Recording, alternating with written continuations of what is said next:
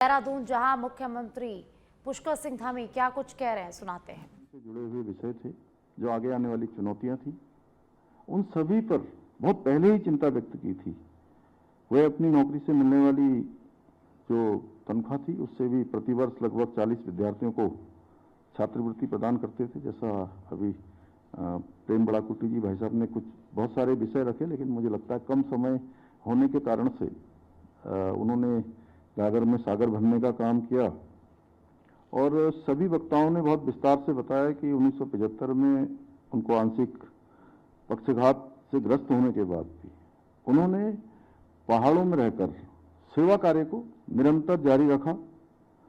आज राष्ट्रीय स्तर पर जिस वैज्ञानिक दृष्टि से आपदा जोखिम न्यूनीकरण की बात हो रही है, डॉक्टर नित्यानंद जी उसे उन्होंने बहुत पहले ही दशकों पहले समझ लिया था। 1991 में उत्तरकाशी हो, 99 में चमोली में आए विनाशकारी भूकंप के साथ साथ 2013 की केदार घाटी की भयंकर आपदा, इसने पूरे हिमालय क्षेत्र को झकझोर दिया।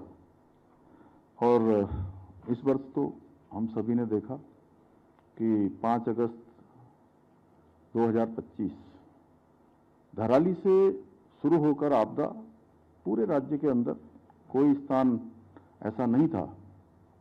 अगर हम कहें धराली में आई, धराली के बाद थराली में आई, उसी जनपद में चेपड़ो, कुंतरी, दुर्मा, रुद्रप्रयाग के छेनागाड़, या अगर पौड़ी जनपद की बात करें तो भरसार के आसपास का क्षेत्र, सैंजी गांव, सूरत सीमांत क्षेत्र, बागेश्वर का पौसारी गांव, या देहरादून के आसपास कोई स्थान आपदा से अछूता नहीं रहा। उस समय जब पूरे क्षेत्र में आपदा आई थी, उस समय भी उन्होंने बिना किसी विलंब के साथ स्वयंसेवकों के साथ मिलकर राहत एवं पुनर्कार्यों का जो मॉडल बनाया था, वो आज भी श्रेष्ठ माना जाता है। इस समय भी अनेक स्वयंसेवकों ने इसमें भी बहुत सक्रियता से काम किया। और तब भी राहत एवं पुनर्वास के कार्यों में बहुत सक्रिय रूप से उस समय उन्होंने भूमिका निभाई थी। बल्कि मनेरी गांव को, आज भी मनेरी गांव हम सबके लिए एक आदर्श केंद्र है। वहां 400 से अधिक भूकंप रोधी मकानों के निर्माण का कार्य भी किया। यही नहीं, उन्होंने अनेक 50 से भी अधिक गांवों को मॉडल गांव के रूप में विकसित करने का कार्य भी किया। उत्तरांचल देवदी आपदा पीड़ित सहायता समिति का गठन करके उन्होंने सेवा को एक संस्थागत रूप दिया, जो अनवरत रूप से चल रहा है, जो आज भी देश भर में आपदाओं के समय मानवताओं की सेवाओं का अप्रितम उदाहरण प्रस्तुत कर रहा है। और डॉक्टर नित्यानंद जी के निकट सहयोगी एवं उत्तरांचल उत्थान परिषद के संरक्षक श्री प्रेम बड़ाकुटी जी आज इस मंच पर हैं। वो डॉक्टर नित्यानंद जी द्वारा किए गए प्रत्येक सेवा कार्य में उनके साथ रहे।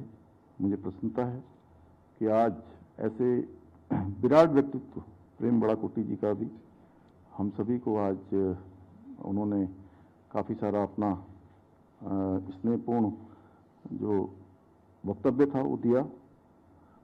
भाइयों बहनों, डॉक्टर नित्यानंद जी के भूगोल और हिमालय पर शोध और अध्ययन को अंतर्राष्ट्रीय राष्ट्रों, अंतर्राष्ट्रीय मंचों पर भी स्वीकार्यता मिली। उनकी पुस्तकें और शोध पत्र हिमालय को समझने के लिए ग्रंथों के समान हैं।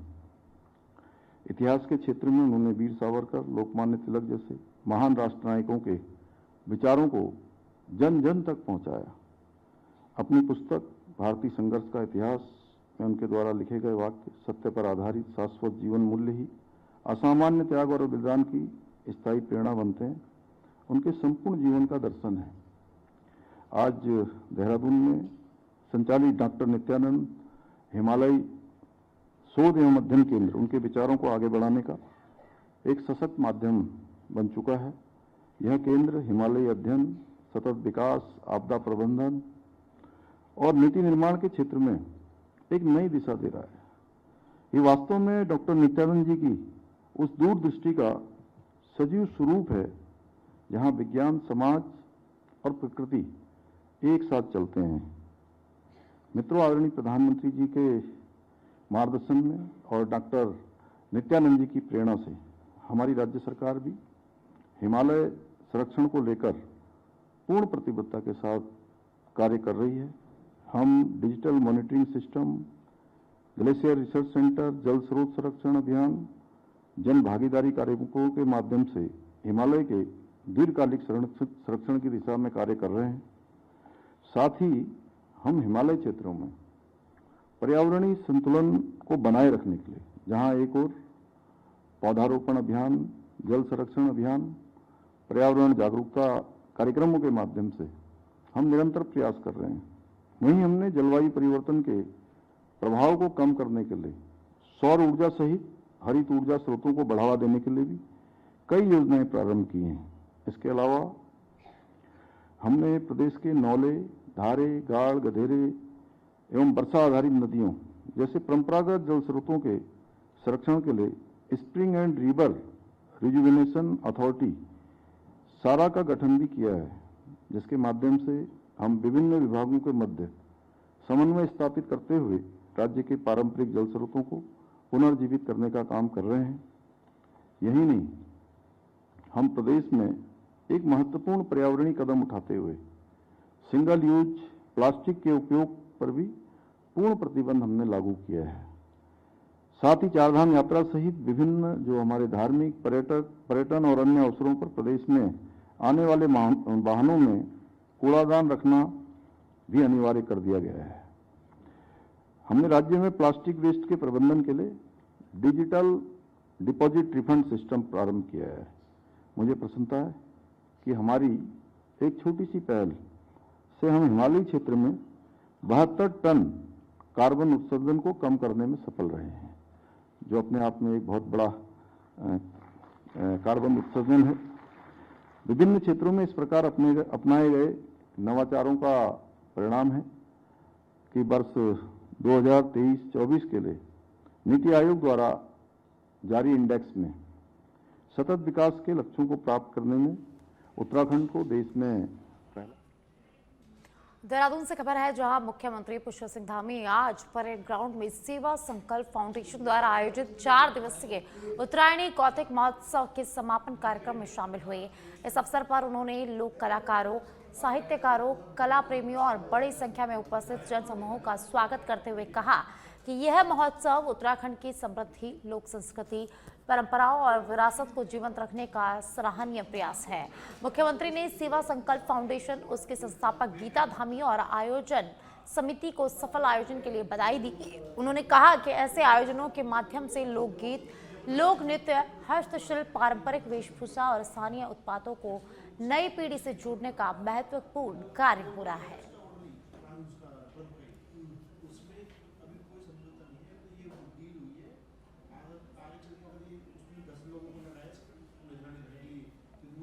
देहरादून से खबर है, जहां कर्णप्रयाग से बीजेपी के विधायक अनिल नौटियाल ने गैरसैंण में भराड़ीसैंण विधानसभा में बजट सत्र कराए जाने पर सरकार का आभार जताया है।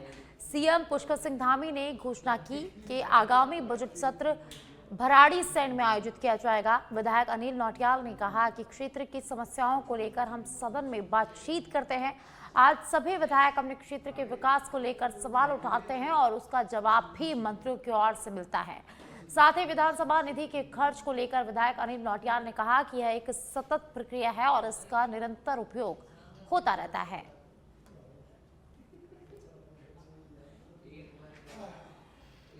जैसा सरकार बार बार कहती भी है कि ग्रीष्मकालीन राजधानी में हम लोग सत्र करेंगे, और इस बार मैं सरकार का, माननीय मुख्यमंत्री जी का भी आभार धन्यवाद व्यक्त करता हूं कि इस बार सत्र हमारा मार्च में गैरसैंण भराड़ीसैंण में आहूत हो रहा है, और निश्चित रूप से क्षेत्र की जो समस्याएं हैं उस संबंध में हम लोग बात करते हैं। एक तरफ कांग्रेस मौजूदा बीजेपी सरकार की घेराबंदी को लेकर अपनी रणनीति तैयार करने में जुटी है, तो वहीं दूसरी तरफ बीजेपी संगठन लगातार अपना कुनबा बढ़ाने में लगा हुआ है। बीजेपी अध्यक्ष महेंद्र भट्ट ने नगरपालिका अध्यक्ष, पूर्व जिला पंचायत अध्यक्ष, ब्लॉक प्रमुख समेत सैकड़ों जनप्रतिनिधियों को भारतीय जनता पार्टी की सदस्यता दिलाई। बीजेपी के सदस्यता अभियान के दूसरे चरण में प्रदेश की 12 विधानसभा क्षेत्रों से सैकड़ों विपक्षी नेता, जनप्रतिनिधि और सामाजिक कार्यकर्ता बीजेपी में शामिल हुए हैं। इस दौरान बीजेपी विधायकों ने भी अहम भूमिका निभाई। पार्टी का दावा है कि इन नेताओं और जनप्रतिनिधियों के शामिल होने से संगठन को मजबूती मिली है और बीजेपी आगामी चुनावों से हैट्रिक लगाने की दिशा में आगे बढ़ रही है। तो उत्तराखंड से खबर है, जहां बीजेपी का कुनबा बढ़ता जा रहा है। बीजेपी अध्यक्ष महेंद्र भट्ट ने सदस्यता दिलाई है। 12 विधानसभा क्षेत्रों से कार्यकर्ता बीजेपी में शामिल हुए हैं।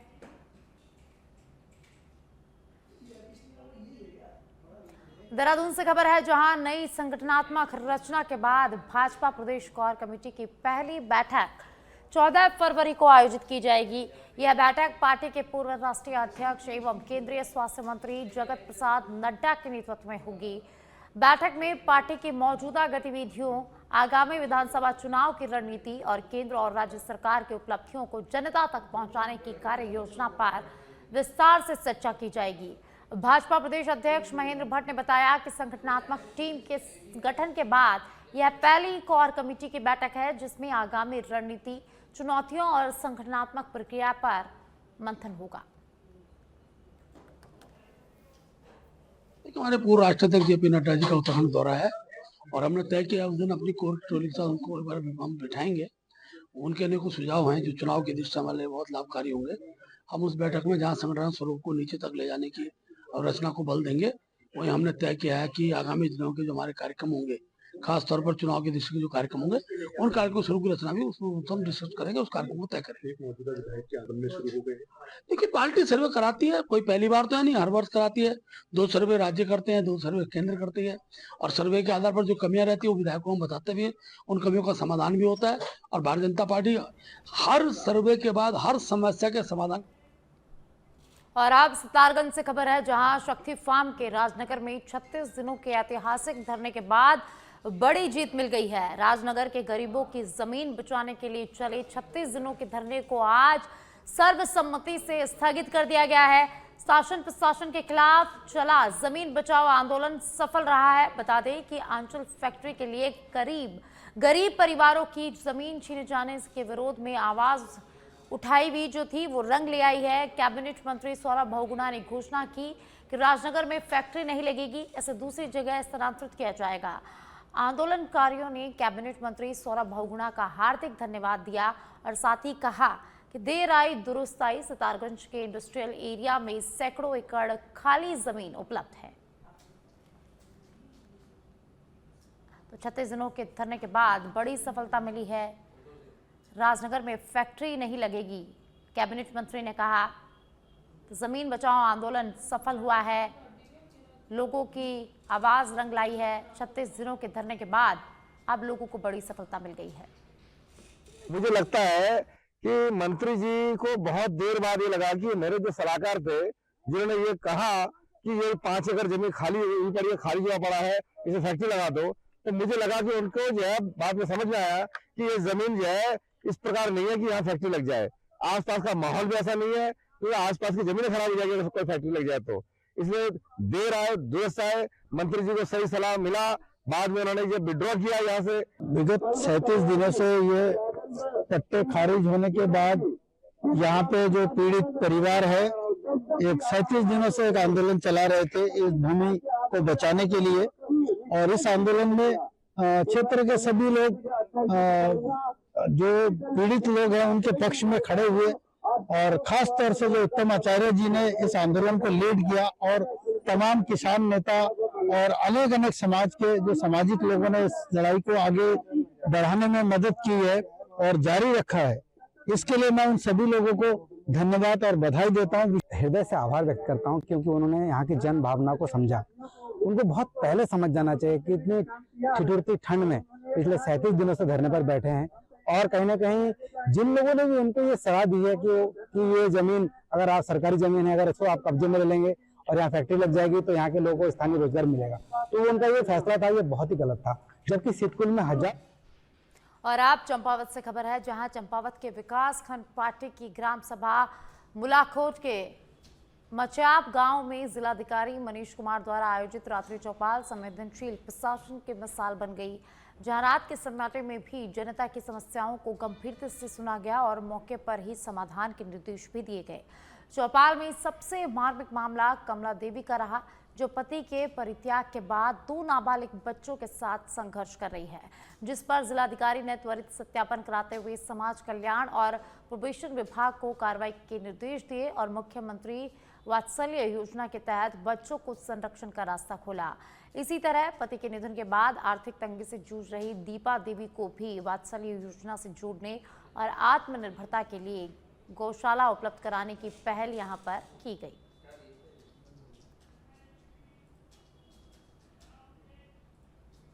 देहरादून से खबर है, जहां रोड कटिंग में सुरक्षा मानकों की अनदेखी मामले में देहरादून जिला प्रशासन का बड़ा एक्शन सामने आया है। शहर अंतर्गत समस्त कार्य अनुमतियां निरस्त कर दी गई है। कार्यदायी संस्थाओं को एक दिन में निर्माण साइटों से मशीनरी हटाने के निर्देश दिए गए हैं। यथाशीघ्र सड़कों को पूर्व स्थिति में लाने के निर्देश भी यहां पर जारी किए गए हैं। तो देहरादून जिला प्रशासन का बड़ा एक्शन देखने को मिला है। शहर अंतर्गत समस्त कार्य अनुमतियां निरस्त कर दी गई, तो रोड कटिंग में सुरक्षा मानकों की अनदेखी का मामला सामने आया है। सितारगंज से खबर है, जहां छत्तीसगढ़ के दंतेवाड़ा में 4 अप्रैल 2010 को नक्सली हमले में शहीद हुए लोका गांव निवासी ब्रजानंदन के परिजन गांव के मुख्य द्वार पर शहीद का नाम अंकित कराने की मांग को लेकर लगातार संघर्ष कर रहे हैं। इसी क्रम में शहीद के परिवार ने भीम आर्मी के जिला अध्यक्ष सतेंद्र कुमार के साथ एक प्रेस कॉन्फ्रेंस कर स्थानीय प्रशासन से मांग की कि गांव के मुख्य द्वार पर शहीद ब्रजानंदन का नाम सम्मान पूर्वक अंकित किया जाए।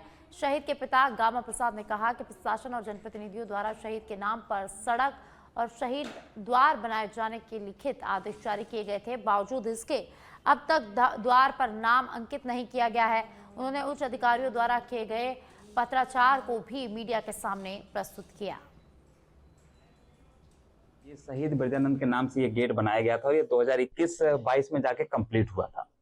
तो जब ये 2022 में कंप्लीट हुआ तो उस दौरान उद्घाटन भी और जो नींव खोदी गई थी वो गामा प्रसाद जी, जो इनके पिताजी इनके द्वारा की गई थी, और यहाँ माननीय मंत्री जी के द्वारा ये उनकी निधि से ये बनाया गया था।